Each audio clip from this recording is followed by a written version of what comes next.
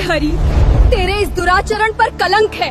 तेरे द्वारपाल राक्षस बनेंगे और तेरी पत्नी का हरण होगा और तू स्वयं विष्णु नाग की तरह वन वन भटकेगा। और उसी पल भगवान विष्णु पत्थर के बन गए। यह कोई मनगढ़ंत कहानी नहीं है। यह कथा शिव पुराण, स्कंद पुराण और पद्म पुराण में वर्णित है। यह कहानी है वृंदा, जलंधर और भगवान विष्णु की। एक समय की बात है, एक शक्तिशाली असुर था, नाम था जलंधर। वह इतना बलवान था कि देवता भी उससे युद्ध में हार जाते थे। लेकिन जलंधर की शक्ति किसी अस्त्र से नहीं, किसी वरदान से नहीं, बल्कि उसकी पत्नी वृंदा की भक्ति से आती थी। वृंदा भगवान विष्णु की परम भक्त थी। उसका पतिव्रत इतना अडिग था कि जब तक वह अपने धर्म पर अटल रही, तब तक कोई भी जलंधर को हरा नहीं सका। धीरे धीरे जलंधर ने तीनों लोक जीत लिए, यहाँ तक कि स्वर्ग लोक पर भी उसका अधिकार हो गया। देवता घबरा गए। उन्होंने भगवान विष्णु से प्रार्थना की, प्रभु यदि यह असुर न रुका तो सृष्टि नष्ट हो जाएगी। भगवान विष्णु ने युद्ध का मार्ग नहीं चुना, उन्होंने छल का मार्ग चुना। स्कंद पुराण के अनुसार भगवान विष्णु ने जलंधर का ही रूप धारण किया और उसी रूप में वे वृंदा के सामने उसके पति बनकर प्रकट हुए।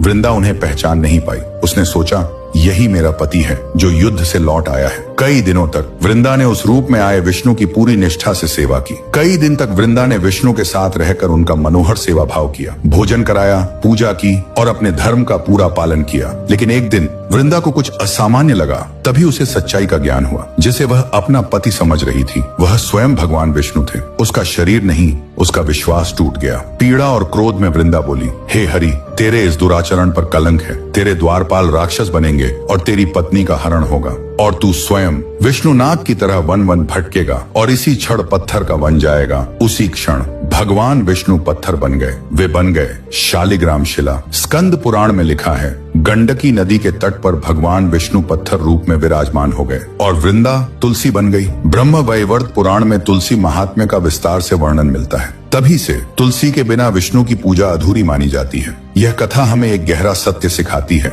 कि ईश्वर भी यदि किसी के विश्वास को छल से तोड़ें तो उन्हें भी उसका दंड स्वीकार करना पड़ता है। और यही कारण है कि भगवान विष्णु आज भी पत्थर रूप में अपने भक्तों की प्रतीक्षा करते हैं। दोस्तों, इस कहानी को लेकर आपकी क्या राय है, कमेंट में जरूर बताना।